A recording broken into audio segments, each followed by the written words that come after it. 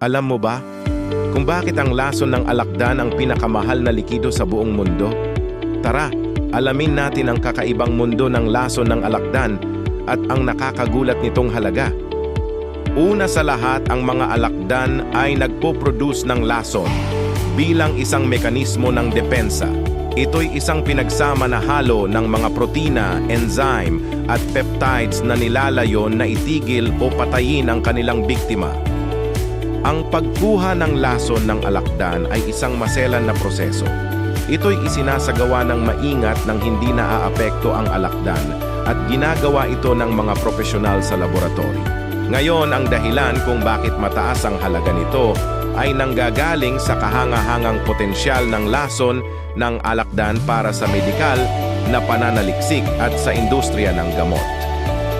Ang mga bahagi ng lason ng alakdan ay natuklasang may mga